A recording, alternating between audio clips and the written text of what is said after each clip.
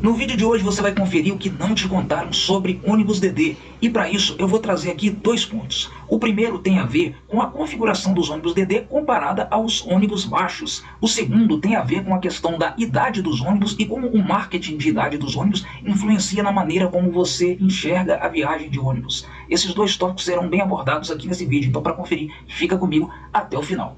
Aqui nessa imagem a gente tem um ônibus DD, e só para explicar uma coisa para você que não sabe o que é o ônibus DD, quando a gente fala aqui, é um ônibus de 2 andares. DD é a sigla para Double Decker, ou salão duplo, que no caso do ônibus de 2 andares é um salão em cima e outro embaixo, como a gente pode ver aqui na imagem, só explicando aqui para você que não conhecia essa expressão.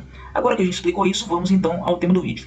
Ônibus de 2 andares muitas vezes são vistos como mais confortáveis por causa da aparência. O ônibus de 2 andares, quando ele encosta numa rodoviária ou em algum local de embarque, ele traz uma imponência que dá a entender que o conforto do ônibus é tão maravilhoso, tão brilhante, etc., como a aparência que ele tem. Mas nem sempre isso corresponde. E aí acontecem certas situações, como por exemplo, às vezes uma pessoa espera viajar num DD, vem um carro mais baixo e ela se sente decepcionada por entender que ela vai viajar num ônibus de conforto inferior ao DD. Só que isso nem sempre procede e eu vou explicar o porquê agora. Quando surgiu o serviço DD, os primeiros ônibus que surgiram com o serviço DD lá nos anos 90, o serviço DD realmente era um serviço diferenciado. Era um serviço no qual geralmente nem mesmo o serviço leito de um ônibus mais baixo conseguia chegar no nível de conforto proporcionado por um DD, não tanto pela configuração do ônibus, mas pelo serviço, com manta, lanche, geladeira, TV e outras coisas que eram oferecidas naquela época. Por isso o serviço DD ficou eternizado na cabeça das pessoas como um serviço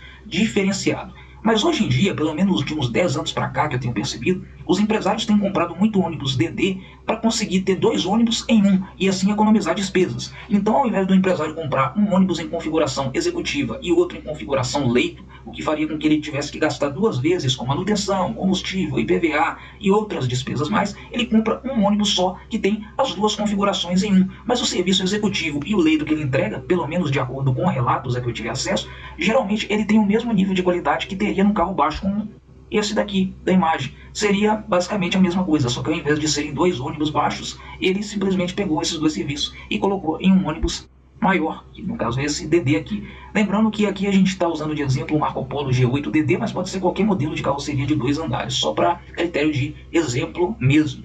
Agora que a gente falou da questão do tipo de serviço, de como o serviço mudou, um outro fator também que levou as pessoas a terem essa impressão de que ônibus DD é mais confortável do que ônibus baixo, tem a ver também com a exigência da NTT de que os ônibus não tenham mais do que 20 anos de uso para poderem operar linhas. Então ela traz a ideia, por exemplo, de que um ônibus DD mais novo vai ser mais confortável do que um ônibus baixo mais antigo.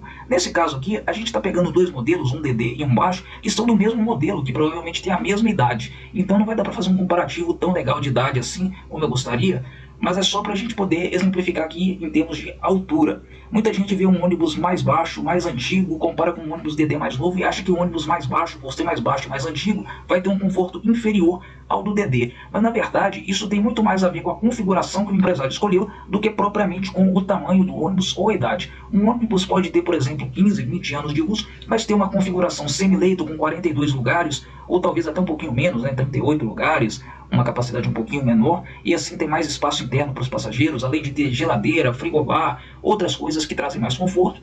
Enquanto que um DD como esse aqui, ele pode ter uma configuração executiva bem básica, talvez ali com uma geladeira, uma reclinação um pouquinho maior das cadeiras e nada muito além disso. E o leito pode ser o leito que você já vê num carro mais baixo mesmo, só que num ônibus mais alto, por causa daquele tipo de configuração 2 em 1 que os empresários em grande parte estão adotando, como eu expliquei. Não são questões que você, ao invés de olhar a aparência do ônibus, eu recomendo que você pelo menos se dê a oportunidade de entrar no ônibus, sentar nas poltronas, se possível, dar uma olhada se tem geladeira, se tem alguma coisa, se permitir sentir a viagem no ônibus antes de dizer que um ônibus é melhor do que outro ou pior do que o outro por causa da altura. Entendido? Agora eu gostaria de ouvir a sua opinião e também a sua experiência. Qual é a sua experiência viajando em ônibus DD com relação a ônibus mais baixos? Qual dos dois tem mais conforto de acordo com a sua experiência? Deixe aí nos comentários que eu estou muito afim de saber. Um grande abraço a todos e até o próximo vídeo. Fui!